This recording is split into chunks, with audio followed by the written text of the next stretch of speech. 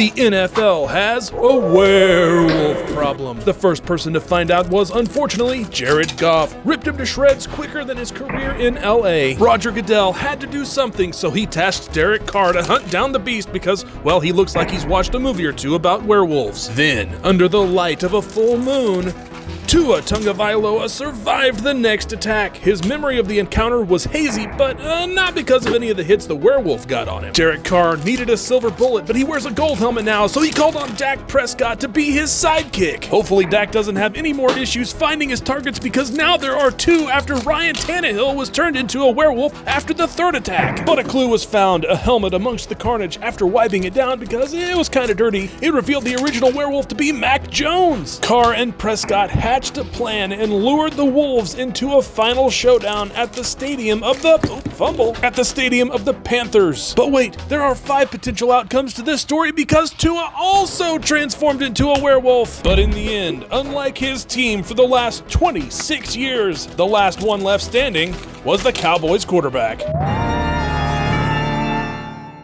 Bigfoot, aliens, ghosts! Which one will the paper football start, bitch, and cut at random? The new alleged footage of a Bigfoot has been all over the internet lately. Aliens have also been abducting their share of headlines recently as well. And rounding out this paranormal paper football party are ghosts, because it's spooky season after all. With these entities being the subject of a lot of conspiracies, I want to make sure there are none for this video. Here I am covering and shuffling each option. With those cups now in place, it was randomly determined that attempt number 1 would reveal the starter. Does that mean whichever entity comes out of cup 1 actually exists? I'm gonna leave those answers up to you. As for me, I want to believe. There you have it, the starter is aliens. That means either Bigfoot or ghosts will be cut. You know, I got to thinking after aliens was revealed as the starter that they would probably be the hardest thing to fake of these 3. Say if you've enjoyed this video, tackle that follow button to wish me a happy Halloween. And remember, the entity not revealed here is the one on the bench. The paper football cuts ghosts!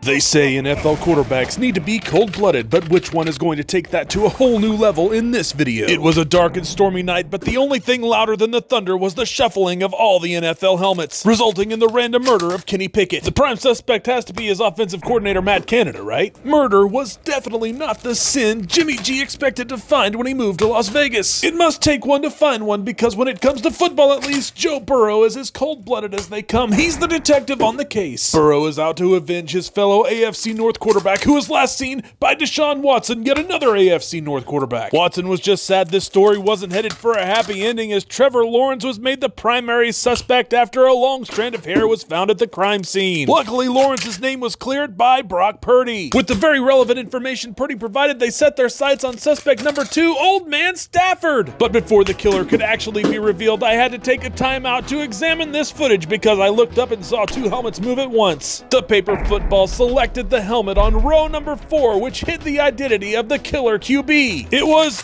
a crazed Kirk Cousins cackles a "you like that" into the dark void of the night. The only reply he gets back is a calm, cool, collected "yes I do" from Jordan Love, his accomplice. Dial in for North, I guess, as this crazy murder mystery comes to a close with Matthew Stafford getting framed. Making a paper football out of a normal piece of paper and sending it through the uprights? Simple. But making a paper football out of a piece of paper shaped like this could get scary. Since of course I am paper football guy, I had to see if I could do it. Plus I flickin' love the Ghostbusters. My first order of business with this piece of paper was to try to make it as even as possible. The little hands sticking out of each side really made that a challenge, but fun fact, I ain't afraid of no ghost. In trying to be the least destructive as I possibly could, I just folded the hands back under the rest. Now I noticed at the top of this column that the curve was slight enough I might be able to use that as the bones of my triangle. Easier said than done. I felt like the folds were fighting against me the entire time I was working my way down. Then the little ghost hand started to pop out as I went. I really started to doubt whether or not this piece of paper could be made into a paper football. As I got to the bottom of the column, I can't really call this folding, it was more pressing and smushing, just trying to shape it into the correct paper football form. Had a little bit too much paper left at the end, so I went ahead and tore that off. I'm going to speed this part up because I just tried to fold that tab got back up inside the paper football as best I could, if you could call it a paper football. It kind of looked like one, I guess, but I decided to reserve judgment for the field goal attempt. If it was good, it paper footballed. If it didn't, well, it didn't. I really should have done something different with those ghost hands. Remember at the beginning when I said this could be scary? Well, it is. But there was only one thing left for each of us to do. For me, it's to do my best with this field goal attempt, and for you, it's time to tackle that follow button if you haven't already and you love football. So did this Ghostbusters notepad paper football? Yes, sir. NFL quarterbacks are expected to kill it on the field, not off of it like in this world of NFL QB murder mysteries. Social media went into a frenzy after the killing of their quarterback, Justin Herbert. While out looking for what happened to his career in the AFC West, Russell Wilson found the body. Thinking it might be a good idea to look into other job opportunities, Mac Jones was hired to find the killer, who, surprise, would strike again, this time murdering Washington's Sam Howell as victim number 2. The clues began bundling up to make Patrick Mahomes the prime suspect, but his name was cleared by someone who used to film a lot of commercials. Baker Mayfield explained that the production schedule is just too hectic to make time for murder. While the spokesperson, divisional, and offensive coordinator connections were strong against Patrick Mahomes, the investigation turned towards Zach Wilson, a dirty move by the detective who claimed Wilson's motive was to become the best QB in the league by process of elimination. But as for the actual killer, maybe the team store not having his jersey actually caused Josh Dobbs to snap. He wasn't working alone either. Still crying about his exit from the AFC West, Derek Carr was the accomplice. The last 3 helmets that were revealed were covered, shuffled, and placed in the cups. One of these quarterbacks was going to jail, and again, proving how good of a teammate he is. It was Derek Carr. I created the most terrifying football team ever assembled by shuffling the names of iconic horror movie monsters and putting them in these cups. I kicked things off by selecting the first running back.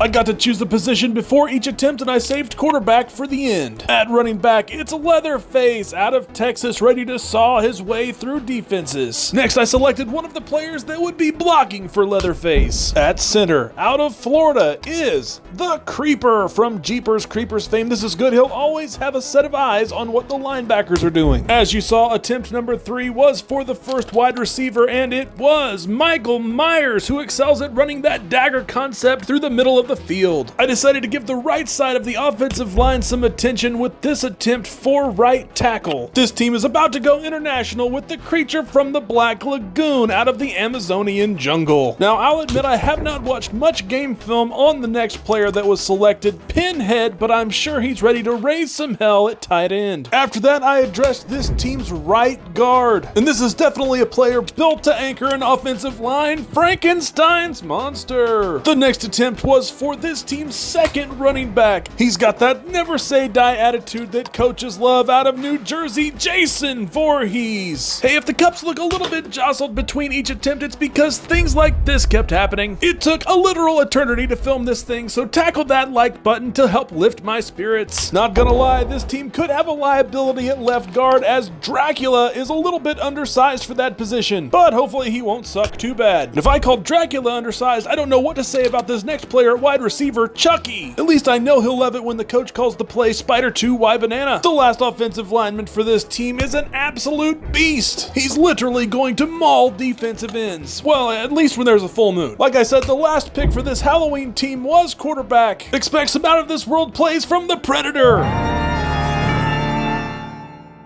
Did you know only 4 NFL teams don't have mascots? That leaves 28 to choose from at random for the mastermind of the NFL quarterback haunted house. It is the Chiefs' KC Wolf. Now I have covered and shuffled all 32 NFL helmets for a Halloween twist you won't see coming at the end of this video. The first QB to get an invite to the haunted house opens a mysterious door and falls into a bottomless pit. It's Baker Mayfield. Didn't he already escape a bottomless pit when he left the Browns? The next QB thought going to a haunted house might be a good time until he walked in and was turned into a creepy talking doll. So long, Gardner Minshew. Wanting to prove he's not a chicken even though that's the only thing he eats, the next QB enters the house. It's Sam Howell, who is chased by killer clowns. Man, did the KC Wolf open this haunted house because he's not getting as much screen time as he used to? Getting looks isn't a problem for Dak Prescott anymore, as he is now trapped inside of a cursed painted portrait. Someone has to stop the terror. It's Desmond Ridder who corners the KC Wolf. After an epic battle, Desmond Ridder unmasks the KC Wolf to reveal Kenny Pickett! But wait, as soon as the mascot's head is removed, a mysterious apparition appears! The KC Wolf mascot costume was possessed this entire time by the pro football demon! They would have gotten away with it too if it wasn't for those